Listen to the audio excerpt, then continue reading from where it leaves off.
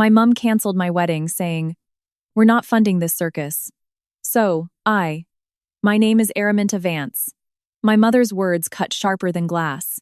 I was standing in her drawing room, the one with the cold marble floors and the antique furniture no one was ever allowed to sit on.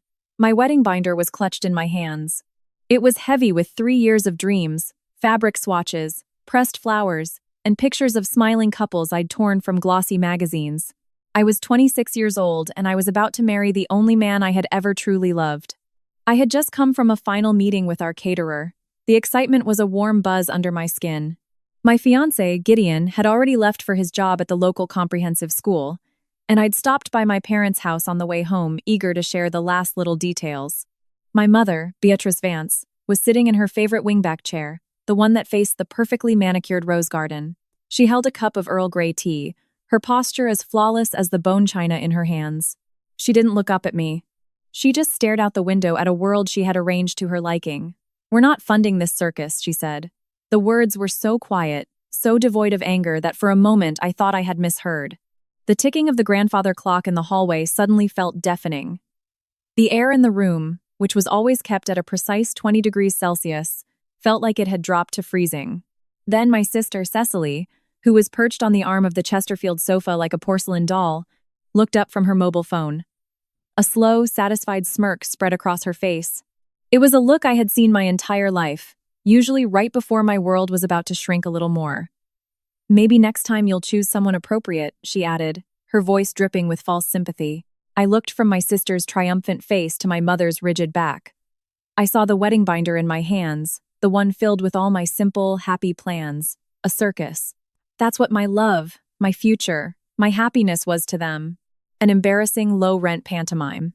Something inside me, a fragile part that had spent years hoping for their approval, finally broke.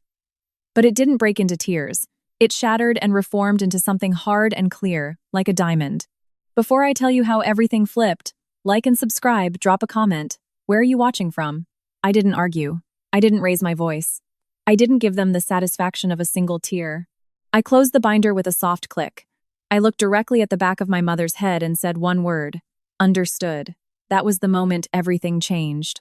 They thought they had humiliated me, broken me, put me back in my place. They thought I would come crawling back begging for their forgiveness and their money. But they misunderstood my silence. It wasn't surrender. It was the beginning of a war they didn't even know had been declared. 3 weeks later, my silence would become the one thing they never saw coming. Growing up in the Vance household was like living in a museum. Everything was beautiful. Everything was valuable. And everything was for display. Our family's version of love came with fine print and an invisible price tag. Love wasn't a feeling. It was an asset. It was something to be polished and shown off at the right dinner parties. Something that appreciated in value when paired with the right name or the right bank account. My mother, Beatrice Vance, was the curator of this museum. She ran our townhouse on the Royal Crescent in Bath like a prestigious members-only club. Elegant, cold, and based entirely on reputation. Her warmth was reserved for guests she wanted to impress. With me and my father, she was efficient and demanding. She didn't raise her voice. She didn't have to. Her disapproval was a silent, heavy thing that could suck all the air out of a room. An arched eyebrow or a faint, tight-lipped smile was enough to tell you that you had failed. My father, Alistair, was one of her prized exhibits. He was a successful architect who designed beautiful, empty buildings that won awards. At home, he was just as empty. He was a ghost in a well-tailored Savile Row suit who rarely spoke unless it was to agree with my mother. I used to think he was just quiet, but as I got older, I realized he was complicit. His silence was his consent. He stood by and watched as my mother measured out her affection in teaspoons, always giving the bigger portion to my sister. And Cecily? Cecily was their masterpiece. She was 2 years older than me, prettier than me, smarter than me, and most importantly, more ambitious than me. She was everything my mother wanted in a daughter. Cecily understood the family business. Appearances were everything. She went to the right boarding schools, joined the right rowing club at university, and dated the right men. She was a mirror reflecting my mother's own ambitions back at her. I was a window my mother preferred to keep curtained. I remember one Christmas when I was 10. I had spent weeks working on a gift for my mother, a small hand-painted jewelry box.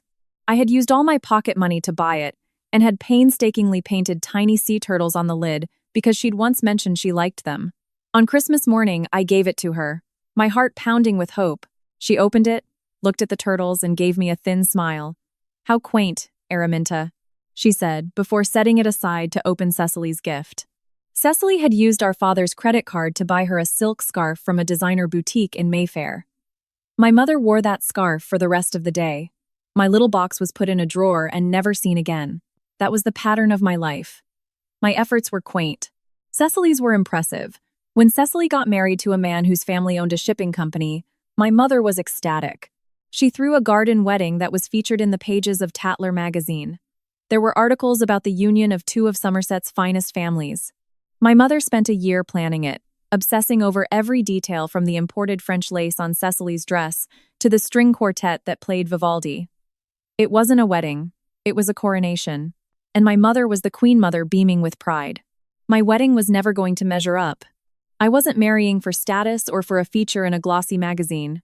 I was marrying Gideon. I met Gideon at university. He wasn't from a fine family. His father was a mechanic and his mother was a nurse working for the NHS. He didn't want to be a banker in the city or a barrister. He wanted to help people. Now he was a pastoral support officer at a state comprehensive, working with troubled teenagers, guiding them, listening to them. He was steady and kind and patient. When I was with him, I felt like I could finally breathe. He didn't see me as a project to be improved or a reflection of his own ambition. He just saw me. He loved me. That's all I ever wanted. But to my family, his kindness was a liability. It was weakness. When I first brought him home for dinner, the polite interrogation began. My mother asked him about his 5-year plan. My father asked him about his investment portfolio. Cecily asked him if being a pastoral worker was emotionally draining, her tone suggesting it was also financially draining. Gideon answered every question with calm sincerity. He wasn't ashamed of who he was or what he did. Later that night, after he'd left, my mother cornered me in the kitchen. "Araminta, you can't be serious about him," she said, her voice low and urgent. "He has no ambition. He's a public sector worker. Think of our reputation." "I love him, Mum," I said, my voice barely a whisper. She sighed, a long, weary sound, as if my simple happiness was the heaviest burden she had to bear. "Love doesn't pay the bills, darling, and marrying for love in our world is a scandal." I should have known then. I should have seen that this was never going to end well. But a part of me, the little girl who painted sea turtles on a wooden box, still believed that one day she might see me. One day she might be proud of me. That hope was a dangerous thing. It was that hope that led me right into her trap. When my mother, after months of cold silence about my engagement, suddenly offered to help with the wedding planning, I was foolish enough to feel a surge of relief. I thought naively that maybe she had finally accepted Gideon. Maybe she saw how happy I was and wanted to be a part of it. We were in her sitting room, the same one where she would later shatter my world. She had a folder of her own filled with glossy brochures for venues that were far outside my budget. "I know you and Gideon are trying to do this on your own," she began, her voice unusually gentle. "And I admire that, I do. But a wedding is a lot to handle. There are so many payments, so many deposits to keep track of. Why don't you let me handle the financial side of things? It will make it so much easier for you. You just focus on the creative details, darling. My treat." She made it sound like a gift, an act of generosity.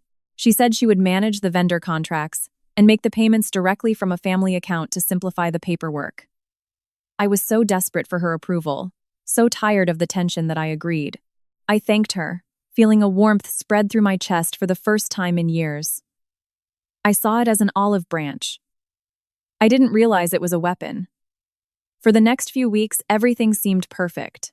My mother would call to give me updates. "The deposit for Wessex Manor Gardens is paid," she'd say. "The florist has been booked and a down payment has been sent."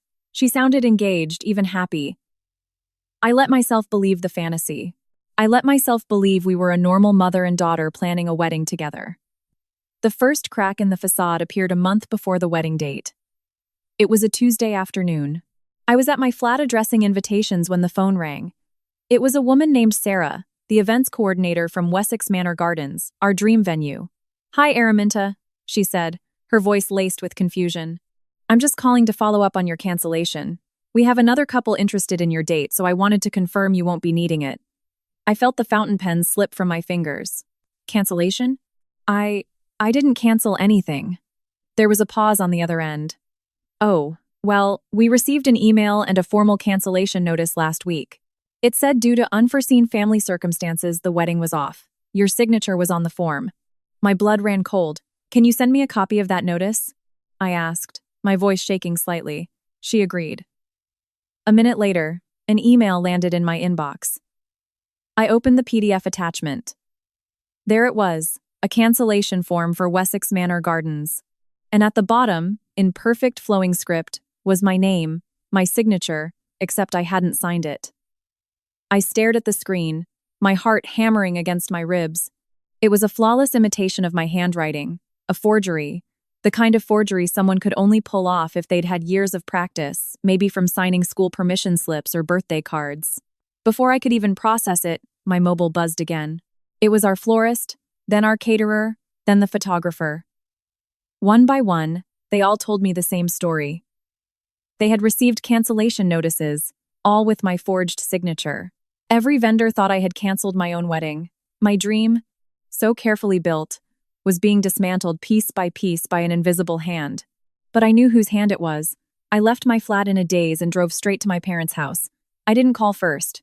I walked in using my old key and found my mother in the drawing room arranging roses in a crystal vase.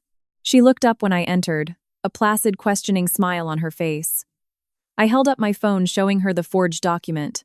Why? I asked. My voice was tight, strained. Why would you do this?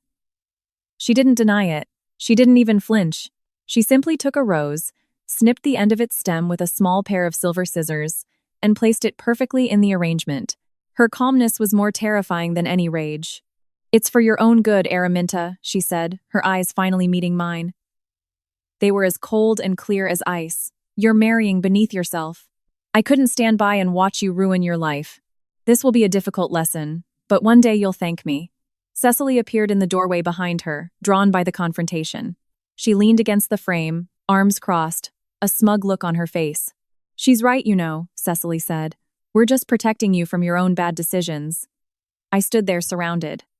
It wasn't just a cancellation, it was a coordinated attack. They had discussed it, planned it, and executed it together. The betrayal was so complete, so absolute. It felt like it would swallow me whole. I left that house shaking, but I didn't cry. Crying was what they expected. Crying was weakness, and I couldn't afford to be weak anymore. The hurt was a physical thing, a crushing weight in my chest, but underneath it a new feeling was taking root, a cold, hard resolve. I drove home, my knuckles white on the steering wheel. I walked into my flat, past the stacks of useless wedding invitations. I sat down, opened my laptop, and created a new document. At the top, I typed a single heading, Evidence. Then I started to make a list of everything she had touched and everything I was about to reclaim. When Gideon came home that evening, he found me sitting at the kitchen table surrounded by papers. The lights were off, save for the blue glow of my laptop screen. He saw my face and knew instantly that something was terribly wrong. I told him everything. I told him about the calls, the forged signatures, and the final chilling confrontation with my mother and sister. As I spoke, his face transformed from confusion to disbelief, and then to a slow-burning fury I had never seen in him before. Gideon, the gentlest man I knew, looked like he was ready to burn the world down for me. That's it, he said, his voice a low growl. We're calling a solicitor. We'll sue them for everything. Forgery, breach of contract, emotional distress, everything, Minty. We will destroy them. He reached for his mobile, ready to act, ready to fight for me. A part of me loved him more in that moment than I ever had before, but another, colder, more calculating part of me put a hand on his arm to stop him. No, I said, my voice steady. Not yet. He looked at me confused. What do you mean not yet? They forged your name. They sabotaged our wedding. They can't get away with this. I know, I said, looking from his angry, loving face to the list on my screen. But revenge doesn't need rage, Gideon. It needs precision. They think I'm a hysterical, emotional mess right now. They expect me to scream and cry and eventually give up.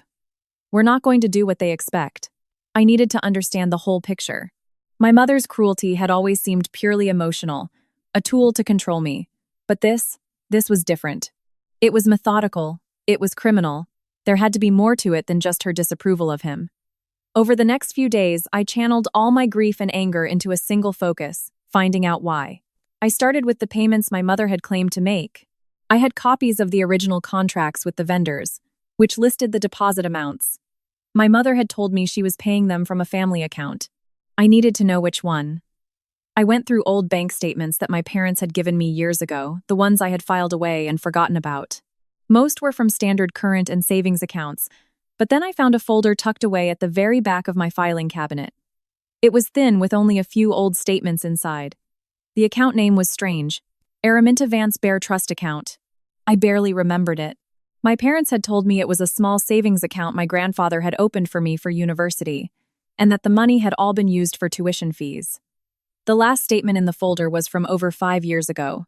On a hunch, I looked at the sort code and account numbers.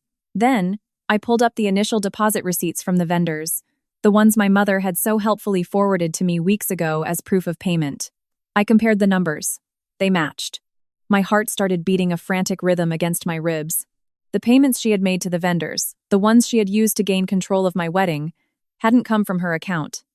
They had come from an account that was, at least in name, mine. Why? Why would she use that specific account? It made no sense. There was only one person who might have the answers. Our family had used the same solicitor's firm for decades. The senior partner, Mrs. Rosalind Sterling, was an older woman who had been my late grandfather's personal solicitor and friend. She was sharp, discreet, and one of the few people my mother couldn't intimidate. I found her number and called her office. Her secretary put me through immediately. Araminta, dear. Mrs. Sterling's voice was warm, but professional. It's been a long time. How are you? I'm not sure, Mrs. Sterling, I said, trying to keep my voice from trembling. I have a strange question for you. I need to know about an old bear trust account set up by my grandfather. It's in my name. I explained the situation that my mother had used it to pay wedding deposits and that I didn't understand why. As I spoke, there was a profound silence on the other end of the line. It stretched for so long I thought the call had been disconnected. Finally, she spoke and her voice had lost all its earlier warmth. It was now heavy with a gravity that terrified me. Araminta, she said slowly, carefully, you have no idea what's been happening with that account, do you? That night, I met Mrs. Sterling at her quiet, wood-paneled office in the city center. The building was empty, the only light spilling from her doorway into the dark hall. She had a thick, leather-bound folder on her desk with my name on it. The air felt heavy, like the moment before a storm breaks. Your grandfather was a very wise man, Araminta, she began, her sharp eyes studying my face. He was also very perceptive. He loved your mother, but he was not blind to her anger or to your father's passivity. She opened the folder. The first document she pushed across the polished mahogany desk was titled Irrevocable Trust Agreement. Your grandfather didn't set up a simple savings account for you, she said gently. He established a trust fund. He wanted to ensure you had a piece of the family legacy that your mother couldn't control. My eyes scanned the page. My hands began to shake. The number printed in the formal legal text seemed to leap out at me. £275,000? I couldn't breathe. £275,000? I whispered, the words feeling foreign in my mouth. I don't understand. My parents told me it was all used for university. Mrs. Sterling gave a sad, knowing sigh. That was the first lie. The trust stipulated that the funds were to be managed by your parents as trustees, yes, but they were for your benefit and your benefit only. And most importantly, she said, tapping a clause with her fountain pen, the full remaining balance was to be released to you in your sole control upon one of two conditions, your 30th birthday or the date of your legal marriage. The room began to spin. Marriage, the word echoed in my mind. The trigger, the account my mother was using. I started, my voice trailing off as the horrifying truth began to dawn on me. Was the trust account? Mrs. Sterling finished for me. The one she was supposed to be protecting for you. Instead, she and your father have been treating it as their personal slush fund for years. She then laid out the bank statements. Page after page of withdrawals, transfers and payments stretching back over a decade. It was a meticulous record of their betrayal. I saw a £25,000 withdrawal from 3 years ago. The memo line read, kitchen remodel.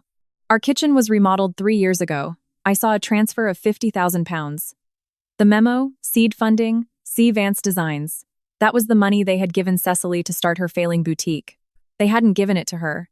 They had stolen it from me and presented it as a gift. There were charges for private members' club dues, for my father's new car, for my parents' anniversary trips to Europe, the ones they sent postcards from telling me to work hard so one day I could travel too. Every luxury, every advantage they gave Cecily, every part of the perfect life they paraded in front of Bath society. It was all funded by me, by the money my grandfather had left to secure my future. They had been draining it bit by bit for years.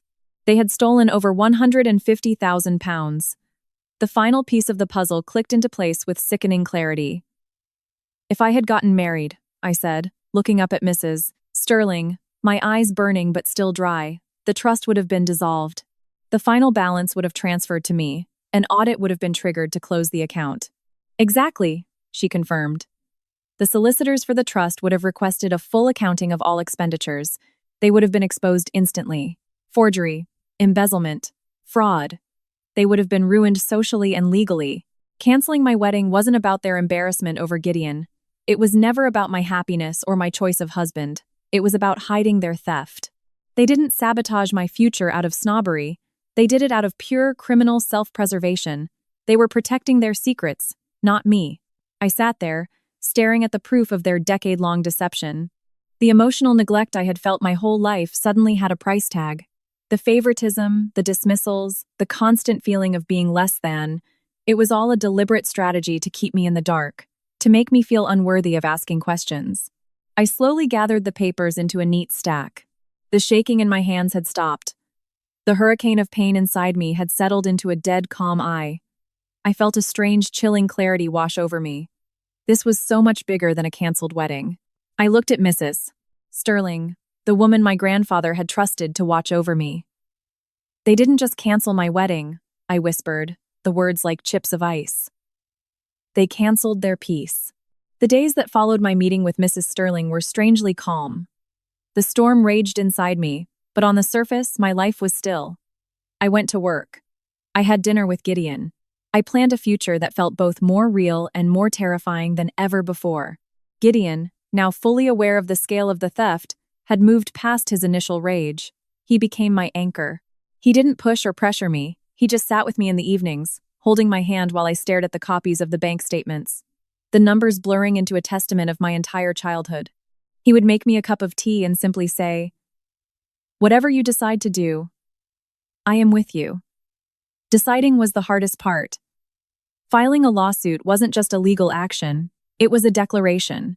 It was taking a relationship that was already broken and pulverizing it into dust. It was choosing to be an orphan.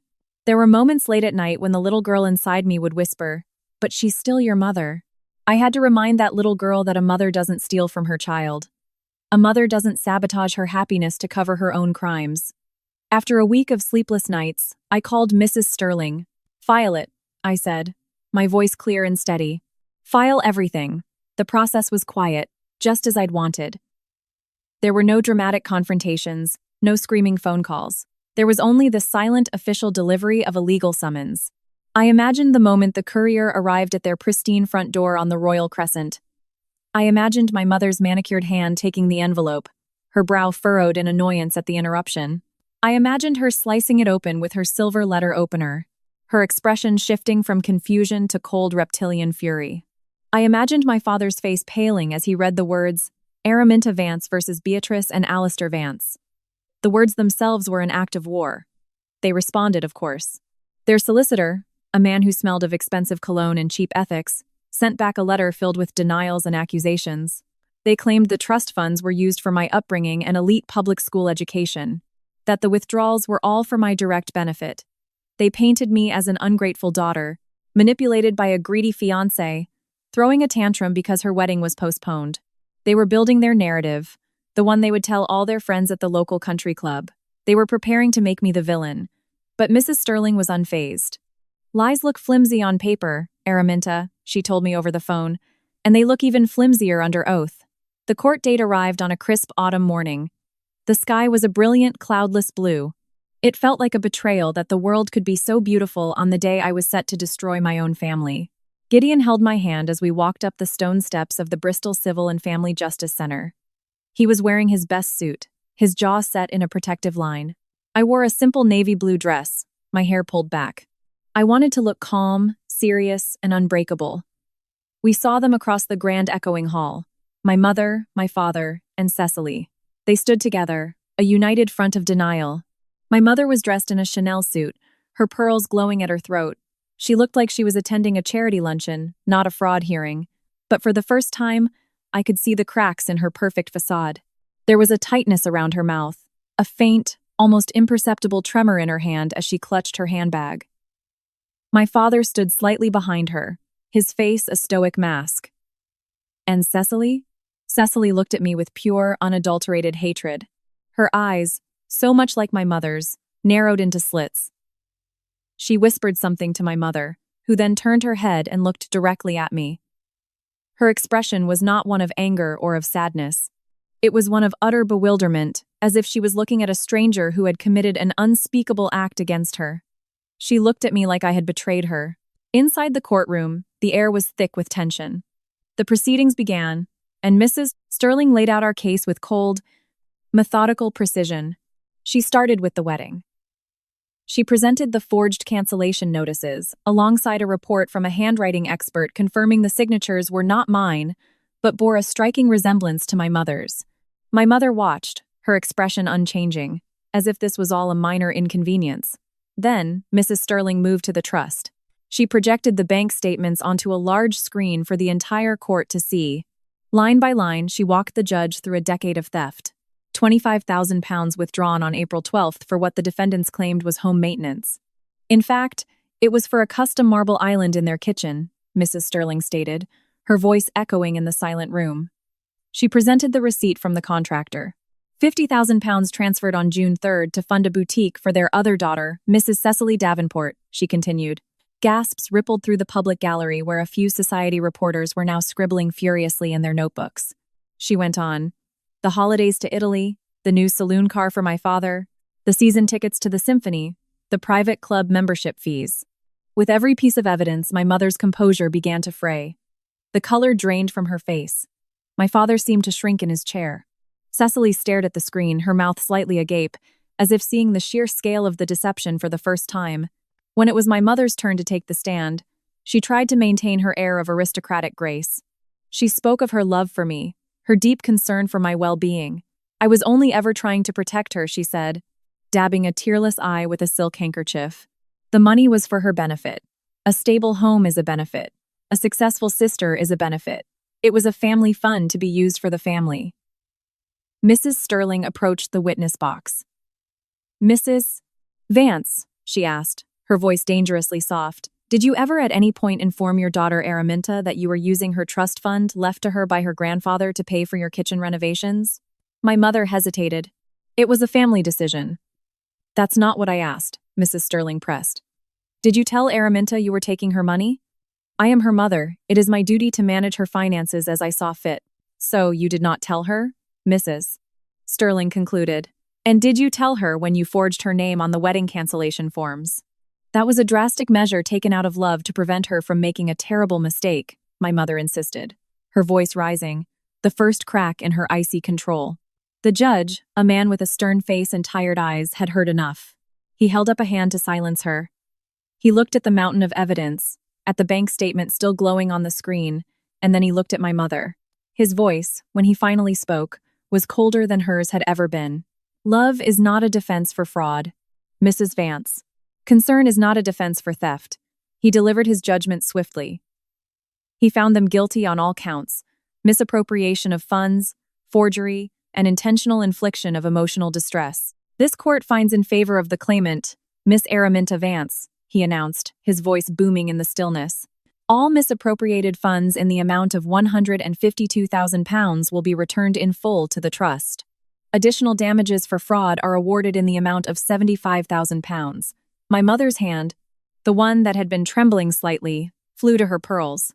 Her mouth opened, but no sound came out. She looked utterly broken. Cecily turned away, burying her face in her hands. She wasn't crying from guilt. She was crying from the public, undeniable shame of it all. For the first time in my life, I had won, but it didn't feel like a victory. It felt like an ending. The sound of the judge's heavy ledger closing against the wooden bench was deafening. It was a sound of finality, the crack of a world breaking in two. In the stunned silence that followed, I just sat there, frozen in my chair. Gideon's hand found mine, his grip warm and grounding. I could feel the reporters in the back of the room rushing for the doors, eager to be the first to spread the story of the Vance family's spectacular implosion. The whispers started, weaving through the courtroom like smoke. Mrs. Sterling gave me a small, reassuring nod before she began packing her briefcase, her movements crisp and professional. The legal storm was over. Now, I had to walk through the wreckage. We waited for the room to clear. My father, looking older and more stooped than I had ever seen him, guided my mother out through a side door, shielding her from the curious stares.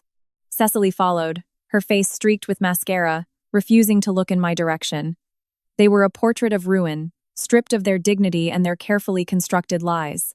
As we walked out into the main hall, the afternoon sun streamed through the tall, arched windows, illuminating the dust motes dancing in the air. And then I heard her voice, Araminta. I stopped. I turned. My mother had broken away from my father and was walking toward me. Her perfect composure was gone. Her hair was slightly disheveled. Her eyes were red-rimmed and desperate. She looked smaller somehow, frailer. She stopped a few feet away from me, searching my face for something I no longer had to give. Araminta, we need to talk, she said, her voice raspy. This has all been a terrible misunderstanding. We can fix this. We're still family. The word hung in the air between us. Family. It was a word she used my entire life as both a shield and a weapon. It was a word that meant loyalty, but only on her terms. It meant obligation, but only mine to her. It meant love, but only the kind you could display, not the kind you could feel. I looked at her, really looked at her, and for the first time, I didn't see the powerful, intimidating matriarch who had controlled my world.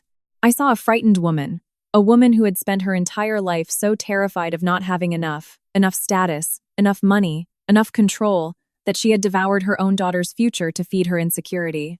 Her life wasn't built on a foundation of love or integrity. It was built on a fragile scaffolding of appearances, and I had just kicked it out from under her. Gideon squeezed my hand, a silent signal of support, but he didn't speak. He knew this was a moment that had to be mine alone. No, I said. My voice was soft, almost a whisper, but it carried across the marble floor with absolute finality. We were a family, a long time ago, but you canceled that too. She flinched. It was a small, sharp intake of breath, a tightening in her shoulders. It was the exact same way I had flinched in her drawing room when she had called my wedding a circus. The symmetry of it was both tragic and liberating. She finally understood what it felt like to have something precious declared worthless. I held her gaze for a moment longer, long enough for my words to settle deep inside her.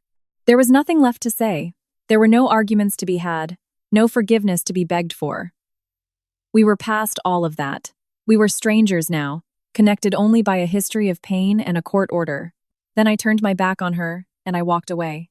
I didn't look back. I didn't wait to see her reaction. With every step I took toward the courthouse doors and the bright, open world outside, I felt a weight lifting from my shoulders. It was the weight of a lifetime of unmet expectations, of trying to be good enough, of hoping for a crumb of approval from a woman who had a stone for a heart. The days that followed were quiet.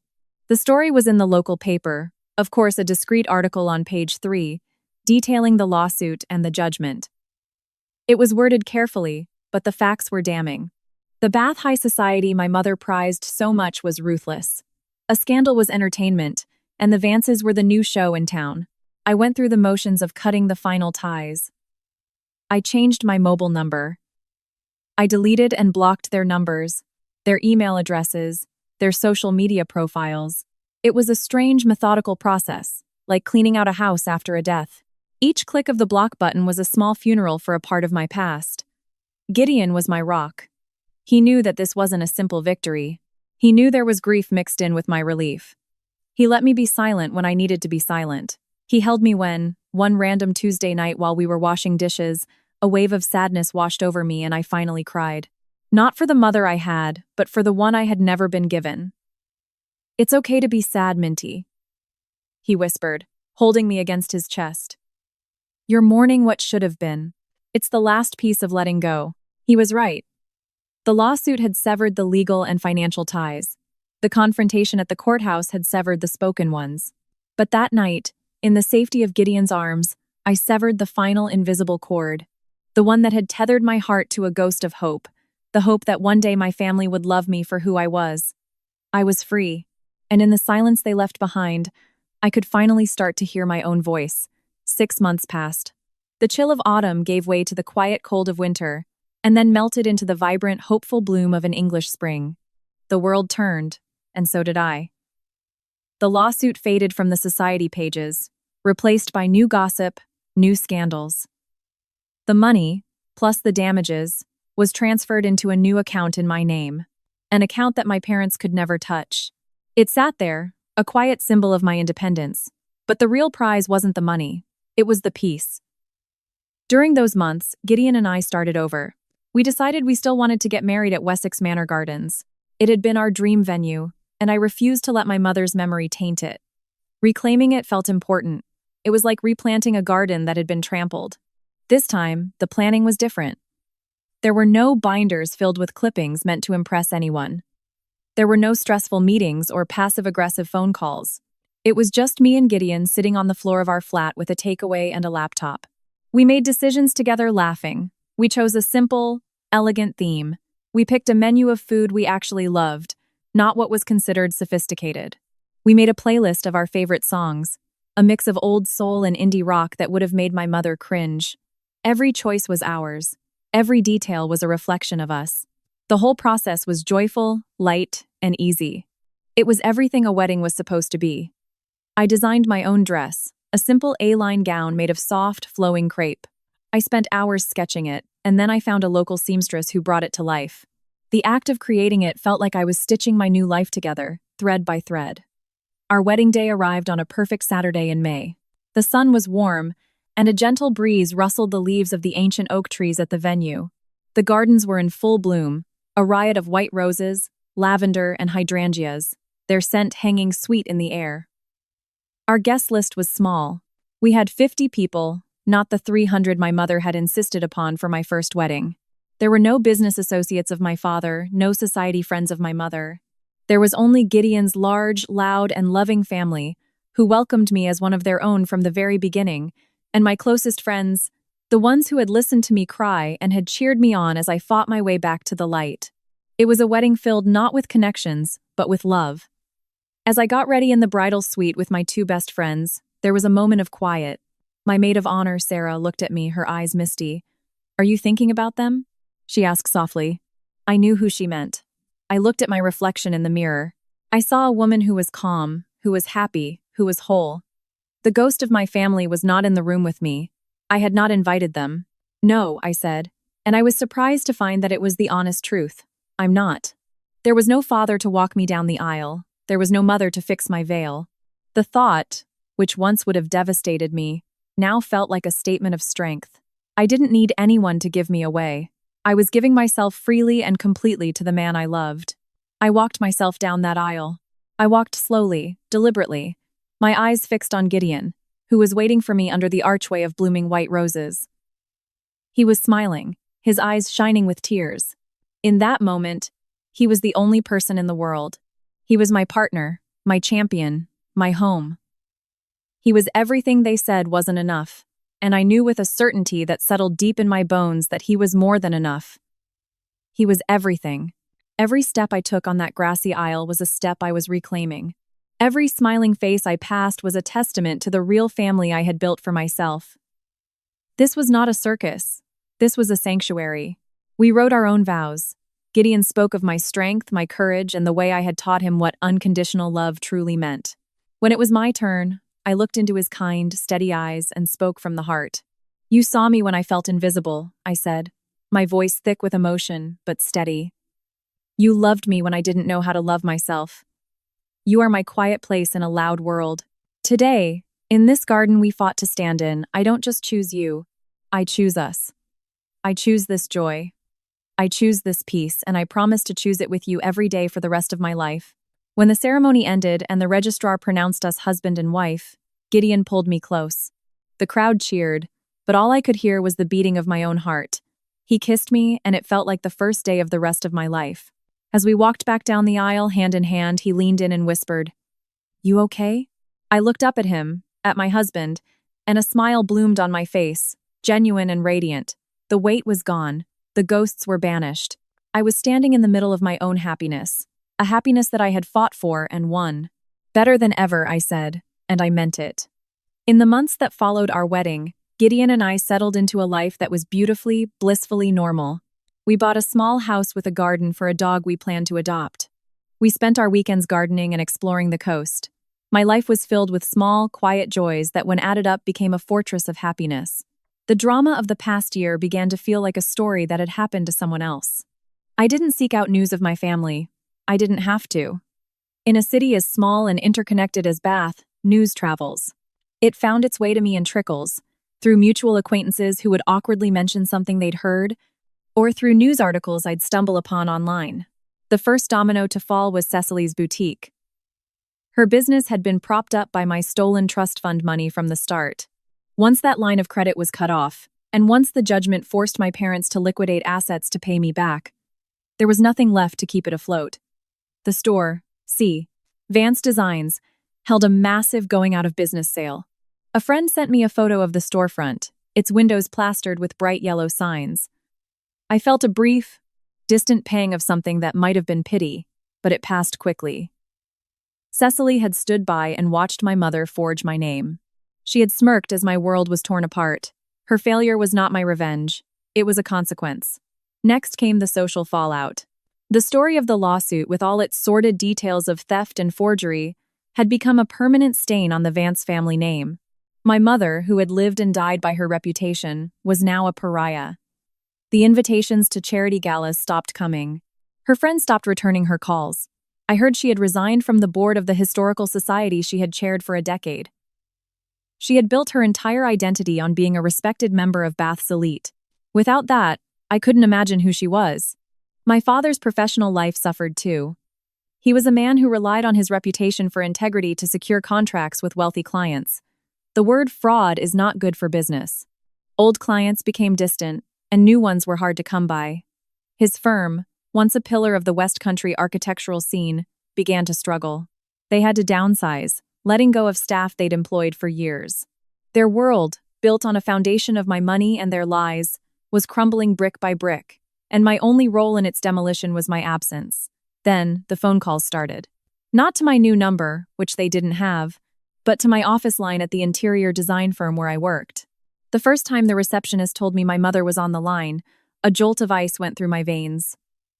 "Tell her I'm not available," I said, my voice flat. She called again the next day. And the day after that, finally, I instructed the receptionist to tell her not to call again.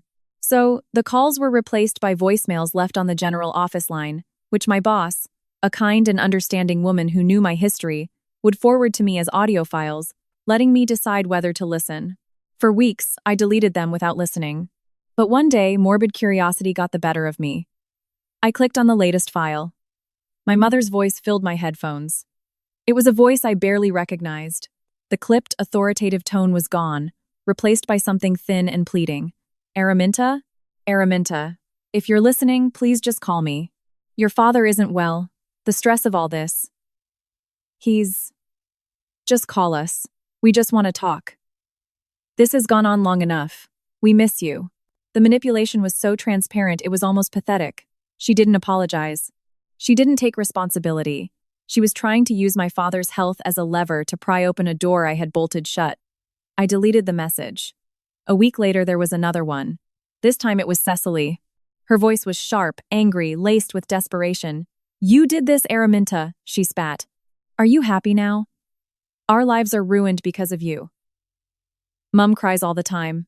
Dad won't leave the house. You took everything from us. Everything.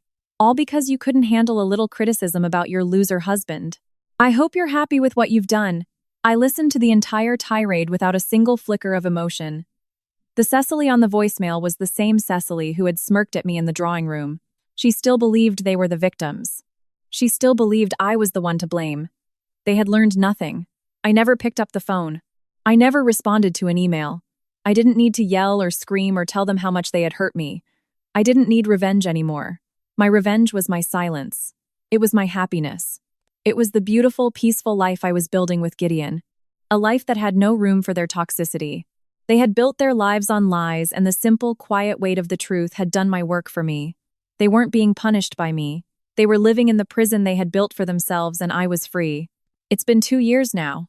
Gideon and I have that dog, a goofy golden retriever named Gus, who fills our little house with an abundance of fur and joy. My life looks nothing like the one my mother had planned for me, and I am grateful for that every single day. After working at the design firm for another year, I took a leap. I used a portion of the money from the trust, my grandfather's gift, finally being used as he'd intended, to start my own business. I run my own bridal design studio out of a small sunlit shop in the historic district. The same dream my mother once threw away with my childhood sketches is now my reality. Every dress I create, every bride I help, feels like an act of quiet rebellion. It feels like freedom stitched into fabric. I help women create the happiest day of their lives on their own terms, free from the judgment and expectations of others. In a way, I'm giving them the one thing I had to fight so hard to win for myself. People who know my story sometimes call it poetic justice. I don't see it that way. I just call it peace. I've learned that the most powerful response to people who try to break you is not to shatter, but to build. You build a life so full of light and love that their darkness can't find a single shadow to hide in. Sometimes, walking away is the loudest revenge. It's a statement that you value your own peace more than you value their drama. It's a refusal to play their game any longer. My family is still in Bath, living in the ruins of the life they built. I don't hate them. I don't wish them ill. I simply don't think of them at all. They are a chapter in a book I have already finished reading. If you've ever been told you're not enough, that your dreams are a circus, or that your love is inappropriate, please listen to me. Your worth is not determined by their approval. Your happiness is not a negotiation. Prove them wrong quietly. Build your own world. Stitch your own freedom. And if this story hit your heart, hit subscribe. There's always another story to tell. Another woman who turned betrayal into power,